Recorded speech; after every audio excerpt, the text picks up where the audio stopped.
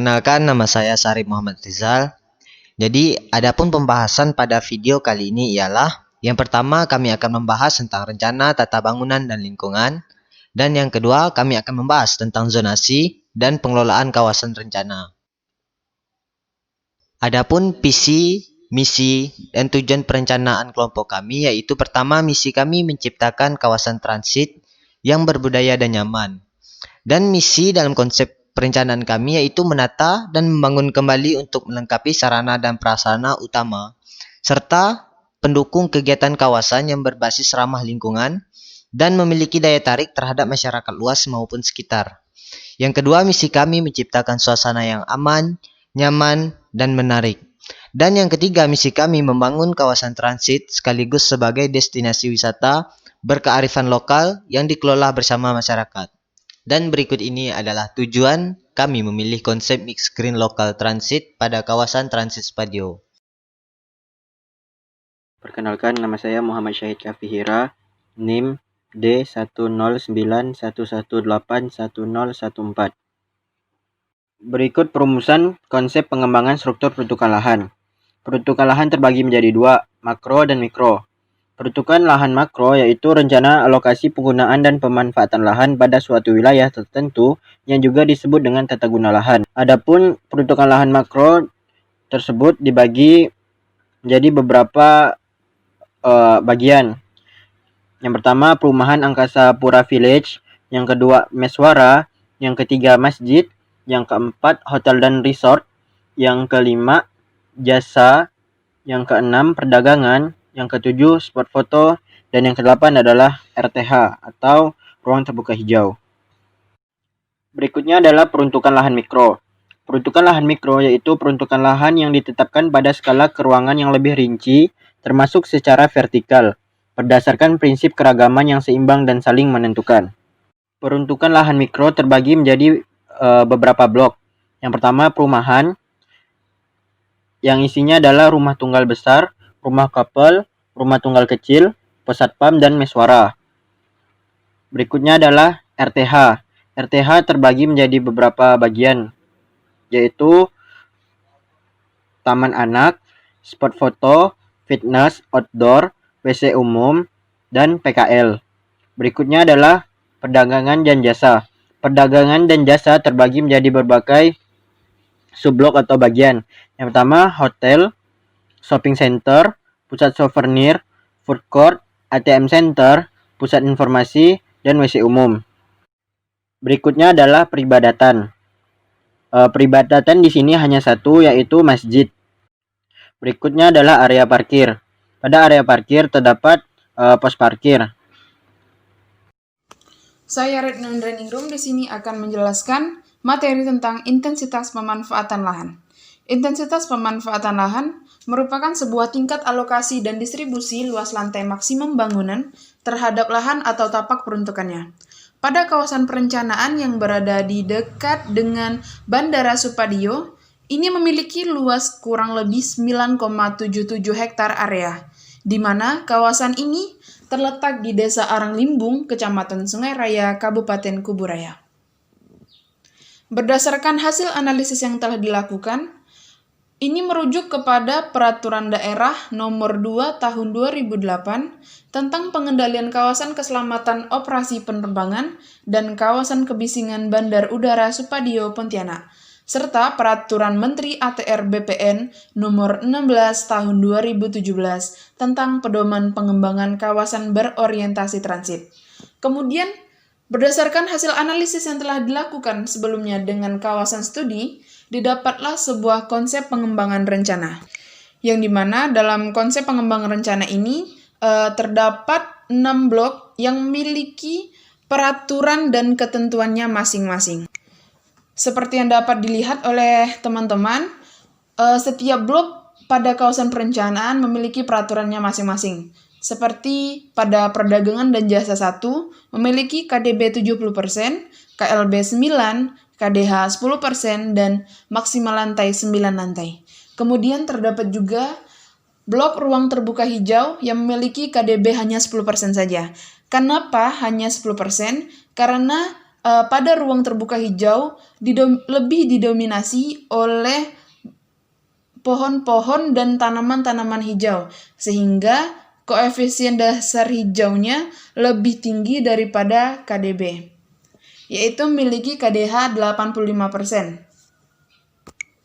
Nah, setelah didapat aturan dan ketentuan pada setiap blok, maka hal yang selanjutnya adalah menyesuaikan blok dengan luas lahan yang ada. Seperti pada blok perumahan yang memiliki luas lahan 1,43 hektar area, yang boleh dibangun adalah 65% lahannya. Maka lahan dari 1,43 hektar area hanya 0,93 hektar area yang boleh dibangun perumahan. Kemudian maksimal lantai yang boleh dibangun adalah 2,79 dan jumlah minimal ruang hijau sesuai dengan KDH kawasan tersebut yaitu 10%, maka diperoleh 0,14 hektar area untuk kawasan hijaunya, serta tinggi bangunan maksimal pada blok perumahan adalah 3 lantai.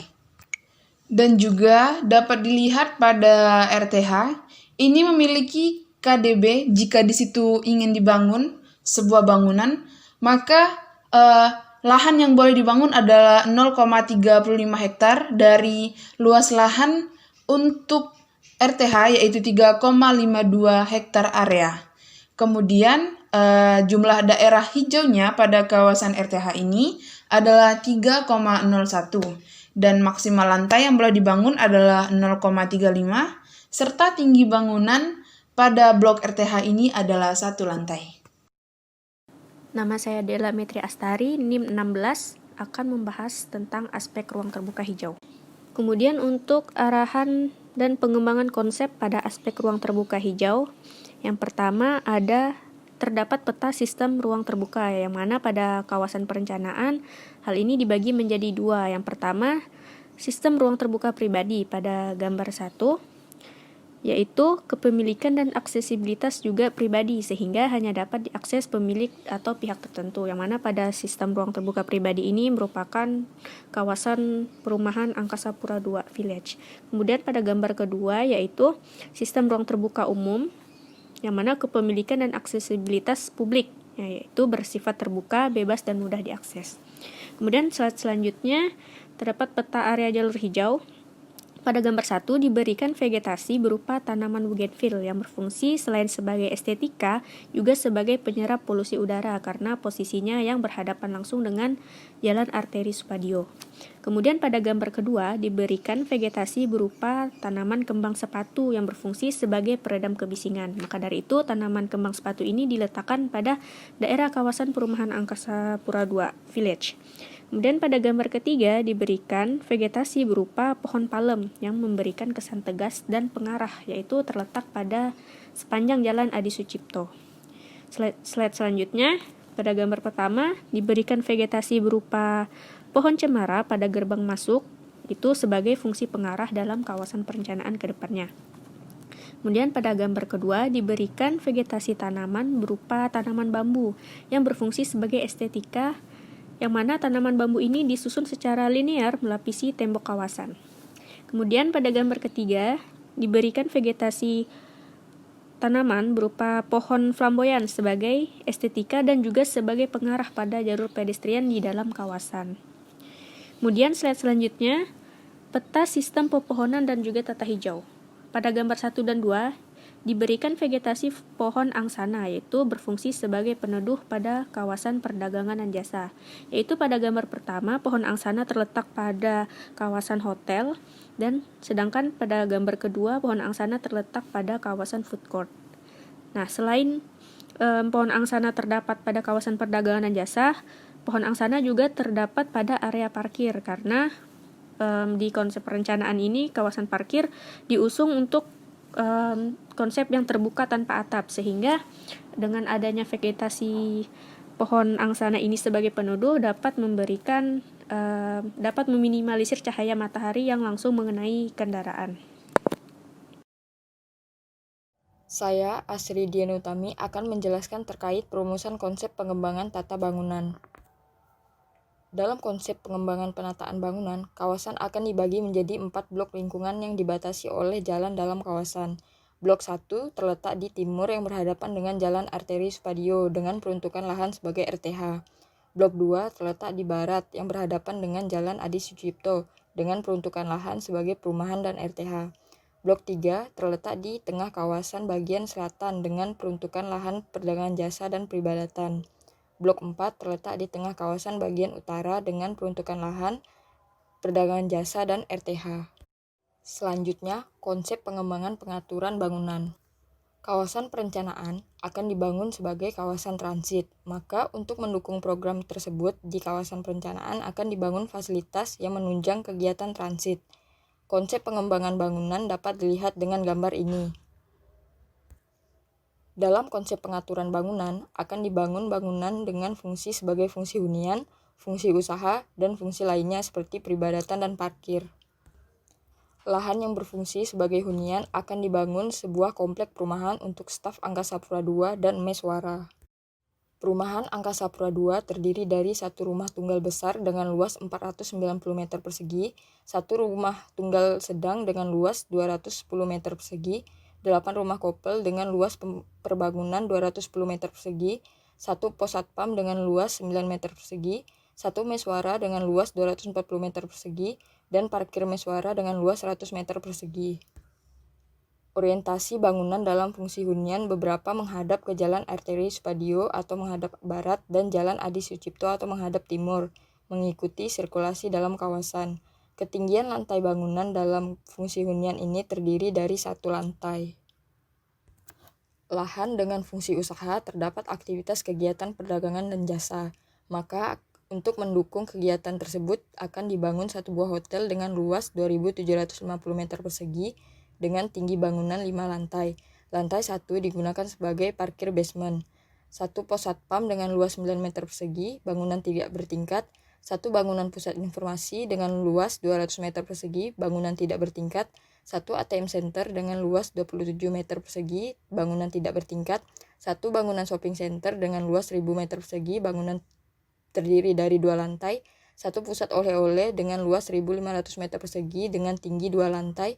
Satu food court dengan luas 600 meter persegi dengan tinggi 2 lantai.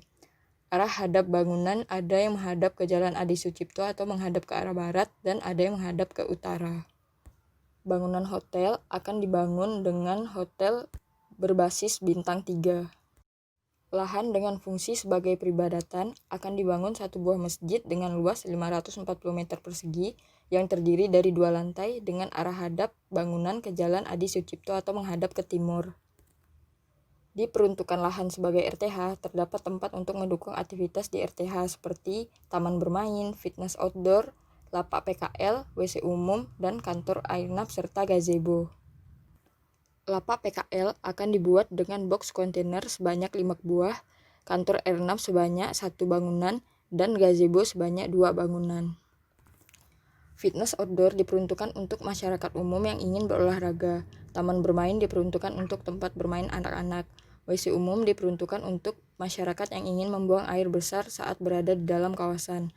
Kantor airnaf diperuntukkan untuk stasiun telekomunikasi penerbangan. Gazebo dan lapak PKL untuk tempat santai di RTH.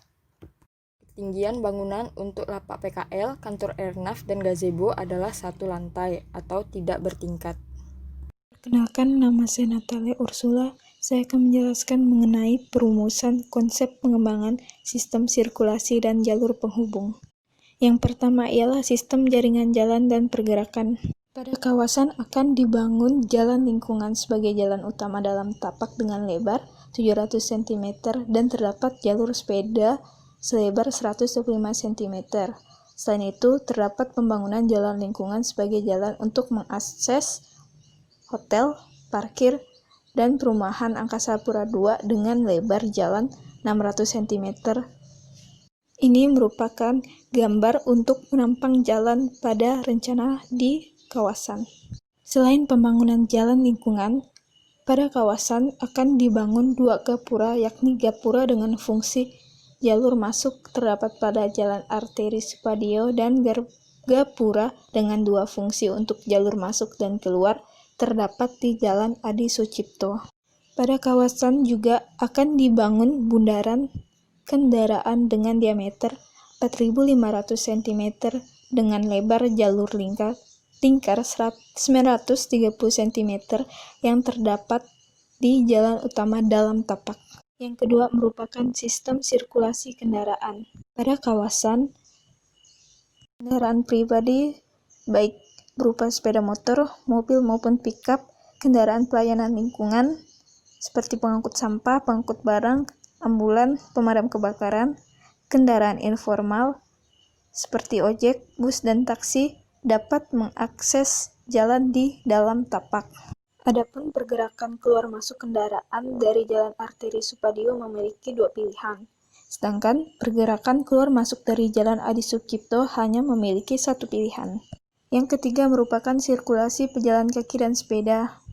Pada kawasan akan direncanakan jalur pedestrian trotoar dengan lebar 150 cm, ketinggian 15 cm, yang akan dilengkapi dengan tanaman tepi selebar 150 cm.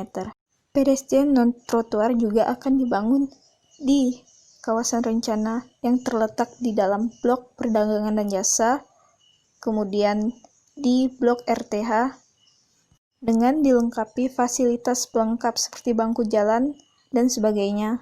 Pada blok perdagangan dan jasa akan dibangun jalur pedestrian selebar 400 cm, sedangkan jalur pedestrian pada blok RTH akan dibangun selebar 300 cm.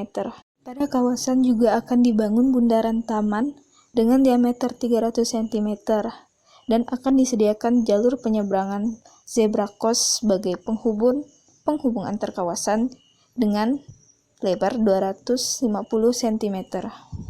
Yang keempat adalah sistem parkir. Pada kawasan akan dibangun area parkir dengan luas 4.000 meter persegi dengan daya tampung 250 motor, 170 mobil, dan 10 bus atau truk, serta akan disediakan 2 plang parkir, satu untuk parkir kendaraan roda 4 dan 1 plang parkir untuk kendaraan roda 2, dan terdapat 2 pos parkir, 1 pos parkir untuk roda 4 dan 1 pos parkir untuk kendaraan roda 2. Pada hotel juga akan dibangun parkir basement dengan luas 2.750 meter persegi dan memiliki daya tampung 130 mobil, 120 motor, dan 5 bus atau truk. Sedangkan parkir pada permukiman akan dibangun sistem parkir privat di mana akan disediakan parkir perumahan Meswara dengan luas 100 meter persegi dan parkir pada halaman masing-masing perumahan Angkasa Pura II. Yang kelima merupakan sistem jalur penghubung terpadu. Sistem jalur penghubung di sekitar tapak telah tersedia, namun belum memadai karena terdapat jalur pedestrian yang belum mengalami perkerasan dan zebra cross telah memudar. Konsep perencanaan yang akan dilakukan adalah pembangunan jalur pedestrian dengan perkerasan yang terhubung dengan Bandara Supadio, serta pembaharuan zebra cross yang memudar dengan pengecatan ulang marka. Di samping itu, melakukan pembangunan dan pembaruan pedestrian pada konsep perencanaan juga akan ditambahkan street furniture seperti vegetasi, rambu penunjuk arah, bangku, dan sebagainya yang menunjang pergerakan pejalan kaki. Materi tentang konsep pembangunan tata kualitas lingkungan. Yang pertama adalah konsep identitas lingkungan. Nah, contoh penanda kawasan pada konsep identitas lingkungan ini adalah berupa gerbang masuk yang terdapat nama kawasan rencana. Kemudian gerbang ini juga terdapat di gerbang keluar masuk yang berada di Jalan Adi Sucipto, yaitu berupa penandaan nama kawasan rencana. Nah, selanjutnya adalah sebagai penanda identitas suatu bangunan, gambar pada PowerPoint merupakan contoh penanda bangunan yang diletakkan tulisannya di atas pintu masuk pada sebuah bangunan, sehingga orang akan mudah mengenalinya, seperti peletakannya di depan bangunan hotel ataupun bangunan-bangunan lain yang ada dalam kawasan. Kemudian adalah penamaan identitas taman yang dilakukan dengan konsep seperti pada gambar, yaitu peletakannya yang berada di tepian sepanjang jalan masuk agar mudah dilihat dan dikenali oleh orang yang berkunjung. Kemudian untuk landmark kawasan, terdapat 2, yaitu di depan hotel dan di depan perdagangan jasa. Yang dimana di depan hotel ini diberikan landmark berupa Tugu Khatulistiwa yang menandakan bahwa kawasan ini itu berada di Kalimantan Barat yang sangat identik sekali dengan Tugu Khatulistiwa. Kemudian untuk landmark yang berada di perdagangan jasa, yaitu landmark berupa Tugu pesawat tempur yang menandakan kawasan merupakan milik Angkasa Pura serta kawasan yang dekat dengan kawasan militer Angkatan Udara Lanut Supadio. Selanjutnya adalah konsep orientasi lingkungan. Ini lebih fokus kepada rambu pengarah tempat atau kawasan. Yang pertama adalah tata rambu pengarah pada kawasan yang berfungsi sebagai penunjuk dalam kawasan perencanaan. Dengan konsep ini terdapat sebuah informasi pengaruh pada suatu tiang tentang kawasan yang memudahkan pengunjung untuk menuju tempat tujuan. Peletakan dilakukan di tempat parkir dan tempat lainnya. Nah, konsepnya ini berupa tiang yang memiliki nama-nama arah atau tujuan agar memudahkan pengunjung untuk menuju tempatnya. Kemudian adalah peletakan tata informasi yang berupa seperti denah lokasi pada kawasan tapak yang berada pada taman yang ada di dalam kawasan. Nah, denah ini terdapat beberapa informasi berupa tempat-tempat yang ingin dikunjungi oleh para pengunjung sehingga dapat memudahkan. Dalam papan informasi ini juga terdapat denah-denah kawasan beserta rute-rutenya. Selanjutnya adalah wajah jalan. Nah, di wajah jalan ini contohnya ada seperti desain lampu taman. Desain lampu taman ini dapat dilihat seperti pada gambar yang memiliki tinggi 5 meter yang lampunya berada di 3 sisi, yaitu sisi kiri, kanan, dan tengah. Nah, lampu taman ini tersebar di beberapa tempat sepanjang taman agar tempat lebih terang. Kemudian ini desain dari kursi taman yang memiliki panjang 2 meter. Kemudian ini juga tersebar di kawasan taman sehingga dapat mendukung fasilitas pada taman.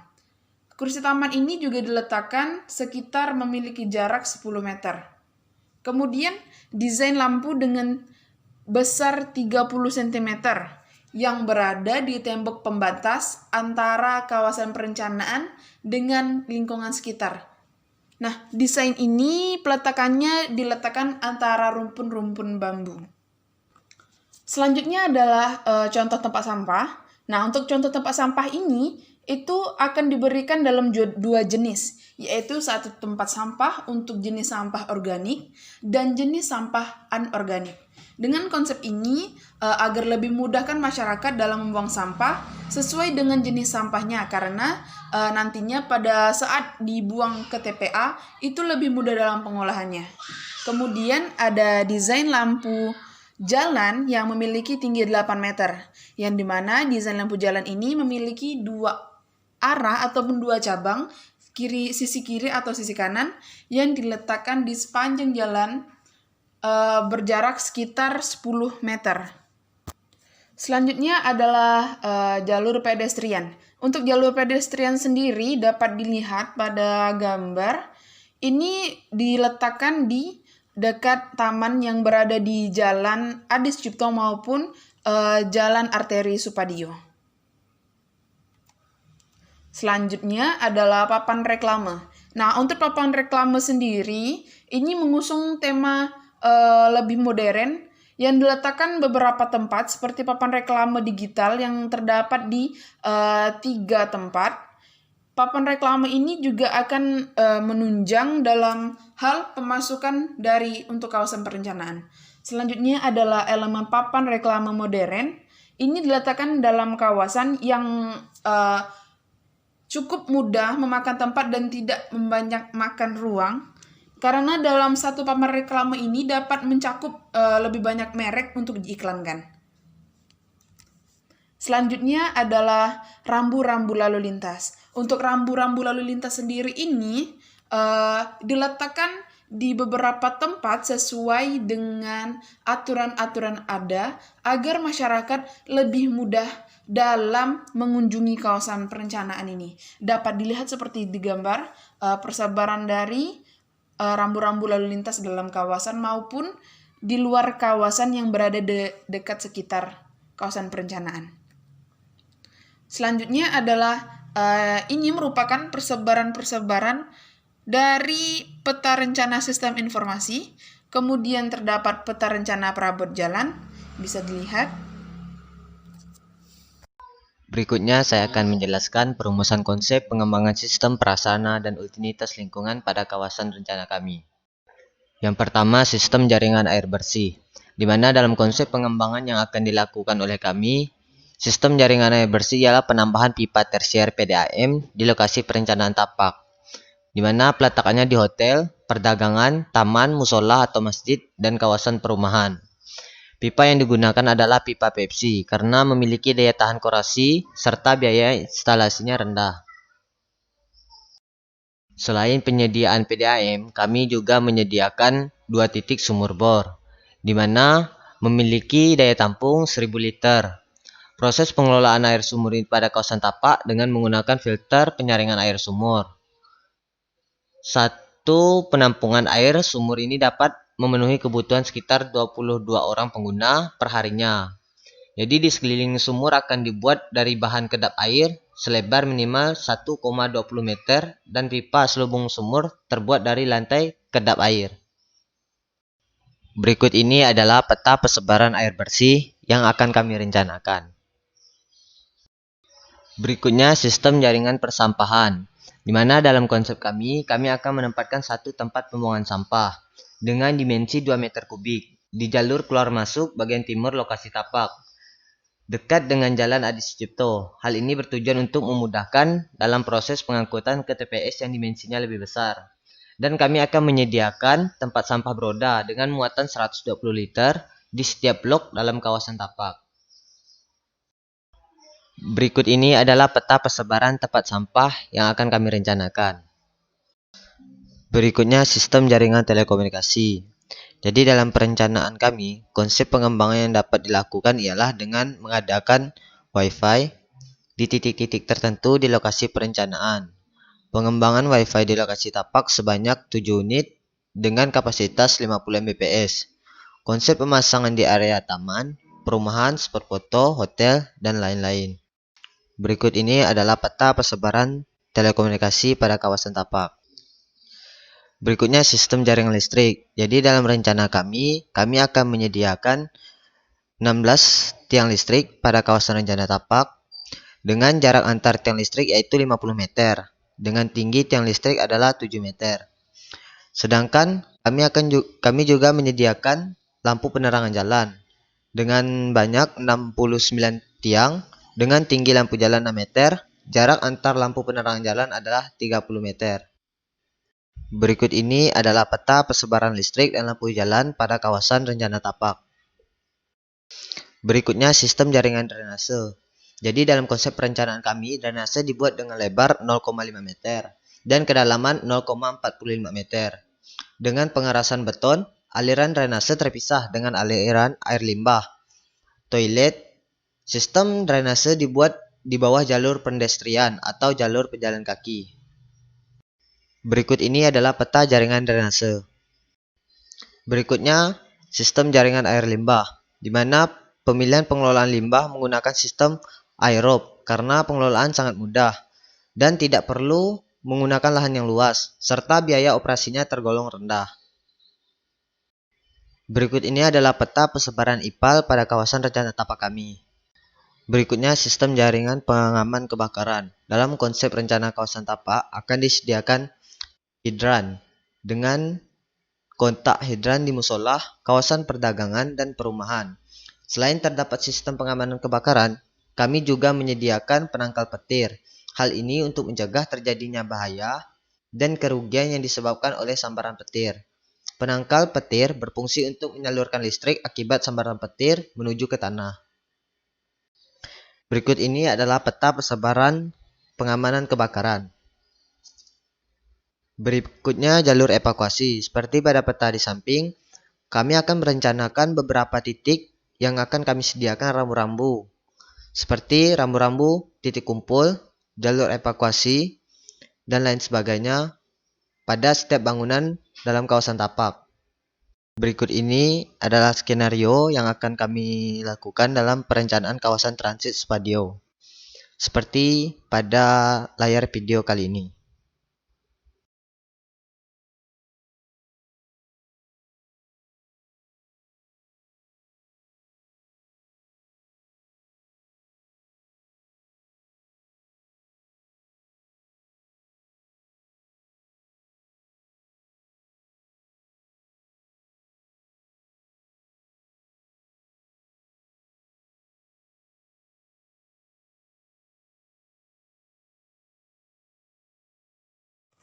Baik, masuk kepada bab 5, yaitu merupakan klasifikasi zona.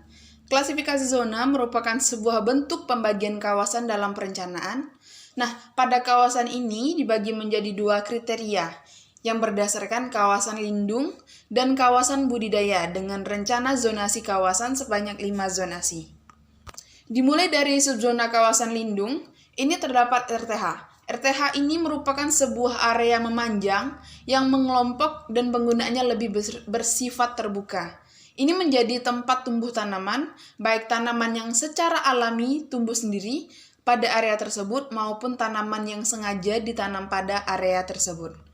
Dalam hal ini, kawasan perencanaan masuk ke dalam taman kota dengan kode RTH 2, yaitu lahan terbuka yang bersifat sosial dan estetik sebagai sarana kegiatan yang rekreatif, edukatif, dan kegiatan lainnya. Masuk kepada subzona kawasan budidaya yang terdapat zona perumahan. Nah, zona perumahan ini merupakan peruntukan ruang yang terdiri atas kelompok rumah tunggal yang mewadahi kehidupan dan penghidupan masyarakat yang dilengkapi dengan fasilitasnya. Untuk zona perumahan tersendiri, ini diisi oleh bangunan dari komplek Angkasa Pura Village. Berdasarkan pembagiannya, dalam zona perumahan ini terdapat 2 jenis rumah, yaitu rumah kepadatan rendah dengan kode R4, yang merupakan sebuah kawasan budidaya difungsikan untuk tempat tinggal atau hunian dengan perbandingan yang lebih kecil antara jumlah bangunan rumah dengan luas lahan. Yang kedua adalah rumah dengan kepadatan sangat rendah yang diberi kode dengan R5. Ini merupakan sebuah tempat tinggal atau hunian dengan perbandingan yang kecil antara jumlah bangunan rumah dengan luas lahan. Selanjutnya adalah zona perdagangan dan jasa. Ini merupakan bagian dari kawasan budidaya difungsikan untuk pengembangan kegiatan usaha yang bersifat komersil, tempat kerja, tempat berusaha, serta tempat hiburan atau rekreasi, dan fasilitas umum sosial penduduknya. Dalam zona perdagangan dan jasa ini masuk terdapat yang namanya skala sub BWP, yaitu merupakan bagian dari kawasan budidaya yang difungsikan untuk pengembangan kelompok kegiatan perdagangan dan jasa, tempat bekerja, tempat berusaha, tempat hiburan dan rekreasi dengan skala pelayanan sub BWP. Selanjutnya adalah zona pelayanan umum. Nah, zona pelayanan umum ini berfungsi sebagai kegiatan yang berupa pendidikan, kesehatan, peribadatan, sosial budaya, olahraga, rekreasi, dan dengan fasilitasnya dengan skala pelayanan yang ditetapkan dalam RT/RWK. Nah, selanjutnya adalah zona peruntukan lainnya. Zona peruntukan lainnya ini memiliki fungsi sebagai kegiatan di daerah tertentu berupa pertanian, pertambangan, pariwisata, dan peruntukan-peruntukan lainnya. Adapun yang terdapat dalam kawasan perencanaan ini merupakan sektor informal dengan kode PL6, yaitu peruntukan ruang yang dikembangkan untuk menampung unit-unit usaha dalam skala kecil dan tidak berbadan usaha dengan kepemilikan individu atau keluarga. Nah, yang terakhir ini adalah zona peruntukan khusus. Zona peruntukan khusus ini merupakan bagian dari kawasan budidaya yang dikembangkan untuk menampung peruntukan-peruntukan khusus hankam, instalasi pembuangan air limbah atau IPAL, dan lain-lain yang memerlukan penanganan, perencanaan sarana prasarana, serta fasilitas tertentu. Dan belum tentu di semua wilayah ini memiliki peruntukan khusus. Dalam kawasan perencanaan ini, peruntukan khususnya dikhususkan kepada IPAL dengan kode yaitu KH3 yang merupakan Peruntukan tanah yang terdiri atas daratan dengan batas-batas tertentu yang berfungsi untuk tempat pembuangan segala macam air buangan limbah yang berasal dari limbah-limbah domestik, industri maupun komersil dan lain-lainnya. Kemudian, untuk daftar kegiatan pada kawasan, daftar kegiatan ini merupakan suatu daftar yang berisi rincian kegiatan yang ada, mungkin ada, ataupun prospektif dikembangkan pada suatu zona yang ditetapkan.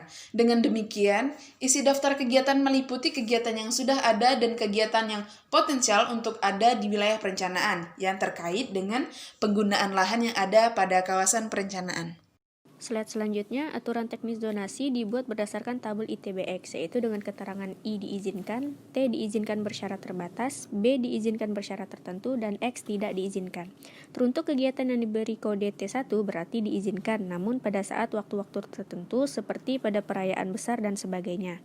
Dan untuk kegiatan yang diberi kode T2 berarti diizinkan, namun pembangunan dibatasi oleh KDB, KLB, dan KDB tertentu. Dan untuk kegiatan yang diberikan kode T3 berarti diizinkan apabila fasilitas yang ada belum mencukupi kebutuhan pada saat itu. Sedangkan kegiatan yang diberi kode B1 yaitu diizinkan namun harus menyertakan dokumen-dokumen AMDAL. Untuk B2 diizinkan namun harus menyertakan dokumen upaya pengelolaan dan pemanfaatan lingkungan atau UPL dan UKL. Dan untuk kode B3 itu diizinkan namun harus menyertakan dokumen analisis dampak lalu lintas, dan B4 diizinkan namun pembangunan akan dikenai disinsentif. Berikut aturan dampak pengembangan kawasan. Dampak pengembangan kawasan akan berdampak kepada 4 aspek, yaitu ekonomi, sosial, lingkungan, dan lalu lintas. Berikut adalah penilaian scoring terhadap aturan dampak pengembangan kawasan yang mengacu kepada 4 ketentuan, yakni yang pertama, tidak ada gangguan atau dapat diabaikan.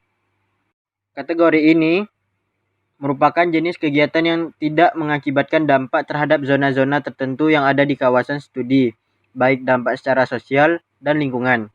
Jenis kegiatan yang masuk ke dalam kategori ini adalah jenis kegiatan yang memiliki nilai skor antara 0 hingga 4, yaitu RTH Taman Anak, RTH Fitness Outdoor, Pusat Souvenir, ATM Center, Pusat Informasi, WC Umum, Masjid, Pos Parkir, instalasi air bersih, IPAL, dan jaringan listrik. Yang kedua, intensitas gangguan rendah. Kategori ini merupakan kegiatan yang mengakibatkan gangguan terhadap sosial, lingkungan, namun tingkat gangguan yang diberikan masih rendah. Jenis kegiatan yang masuk ke dalam kategori ini adalah jenis kegiatan yang memiliki skor antara 5 hingga 10, yaitu perumahan, RTH PKL, hotel, shopping center, dan food court. Yang ketiga adalah intensitas gangguan sedang. Kategori ini merupakan pengaruh suatu kegiatan yang cukup tinggi terhadap ekonomi, sosial, lingkungan, dan lalu lintas. Jenis kegiatan yang masuk ke dalam kategori ini adalah jenis kegiatan yang memiliki nilai skor antara 11 hingga 14. Yang keempat, intensitas gangguan tinggi. Kategori gangguan tinggi merupakan jenis kegiatan yang memberikan pengaruh yang bersifat merusak, mencemari, atau bahkan dapat menimbulkan masalah baru terhadap 4 aspek, yaitu ekonomi, sosial, lingkungan, dan lalu lintas. Saya akan menjelaskan mengenai mekanisme pembiayaan dan kelembagaan pengolahan kawasan. Pengelolaan kawasan transit akan dilakukan dari Angkasa Pura II, yakni dengan pembangunan dan operasional kawasan murni dilakukan oleh Angkasa Pura II. Selain itu, terdapat kerjasama dengan pihak swasta dengan will transfer, di mana Angkasa Pura II bekerja sama dengan pihak swasta dalam pembangunan dengan dana dari pihak swasta dan kemudian akan ditransfer dan dikelola oleh Angkasa Pura II dengan membayar pihak swasta atas jasa pembangunan. Kerjasama dengan pihak swasta juga akan dilakukan sewa kontrak, di mana pihak swasta akan membayar uang sewa untuk penggunaan dan pengelolaan fasilitas atau bangunan selama masa kontrak antara 5 sampai 15 tahun. Berikut ini merupakan tabel mekanisme pembiayaan dan kelembagaan pengolahan kawasan. Dari perencanaan, prakonstruksi, konstruksi, dan pasca konstruksi, di mana total pembiayaan 206.218.246.000 rupiah. Kegiatan pembangunan kawasan menjadi kawasan transit akan dimulai dari tahap perencanaan dengan melakukan survei, pembuatan rencana dan desain kawasan, serta penyusunan dokumen rencana kawasan penataan bangunan.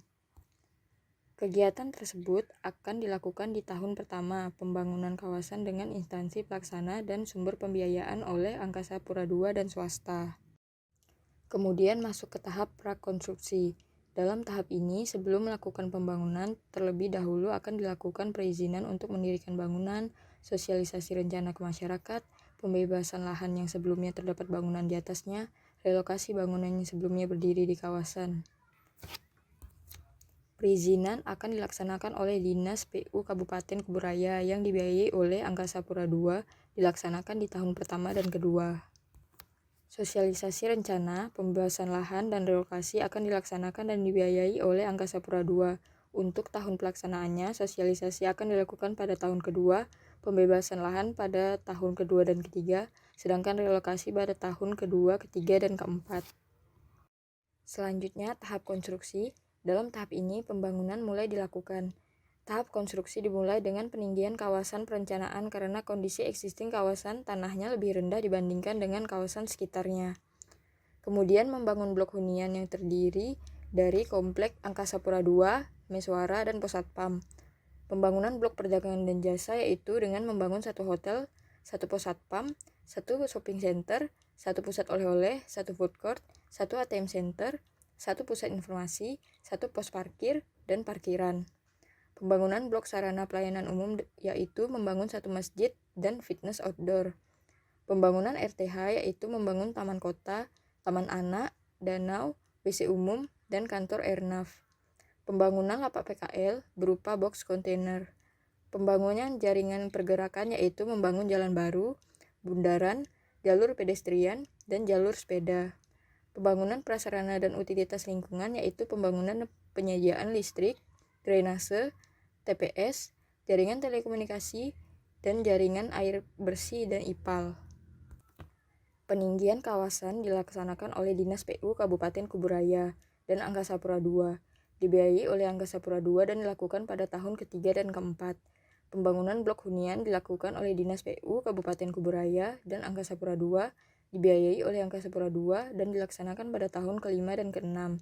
Pembangunan blok perdagangan jasa dilaksanakan oleh Dinas PU Kabupaten Kuburaya, Dinas Koperasi Usaha Mikro Perdagangan dan Perindustrian Kabupaten Kuburaya, swasta, dan Angkasa Pura II. Pembangunan dibiayai oleh Angkasa Pura II dan dilaksanakan pada tahun kelima, keenam, dan ketujuh. Pembangunan sarana pelayanan umum dilaksanakan oleh Dinas PU Kabupaten Kuburaya dan swasta yang dibiayai oleh Angkasa Pura II dan swasta, dilaksanakan di tahun kelima dan keenam. Pembangunan RTH dilaksanakan oleh Dinas Cipta Karya Tata Ruang dan Kebersihan Kabupaten Kuburaya dan Angkasa Pura II, dibiayai oleh Angkasa Pura II dan dilaksanakan pada tahun ke-7 dan ke-8, kecuali pada bangunan Airnav dibangun pada tahun kelima dan keenam. Pembuatan lapak PKL dilaksanakan oleh Dinas PUPR yang dibiayai oleh Angkasa Pura II dengan waktu pelaksanaan di tahun ke-6 dan ke-7. Jaringan pergerakan akan dibangun oleh Dinas Perhubungan Kabupaten Kuburaya dan swasta yang dibiayai oleh Angkasa Pura II dan swasta pada tahun ke-4, ke-5, dan ke-6. Prasarana dan utilitas lingkungan dilaksanakan oleh PLN Kuburaya, Dinas PU Kabupaten Kuburaya, Dinas Lingkungan Hidup Kabupaten Kuburaya, Telkom Kabupaten Kuburaya, PDAM Kabupaten Kuburaya yang dibiayai oleh Angkasa Pura II dan dilaksanakan di tahun ke-4, ke-5, dan ke-6. Tahap terakhir adalah tahap pasca konstruksi. Dalam tahap ini akan dilakukan promosi kawasan serta operasional dan perawatan fasilitas yang ada di dalam kawasan. Kegiatan tersebut dilaksanakan oleh Dinas Pemuda, Olahraga dan Pariwisata Provinsi Kalimantan Barat, Angkasa Pura II dan swasta yang dibiayai oleh Angkasa Pura II dan dilaksanakan pada tahun ke-6 sampai ke-10.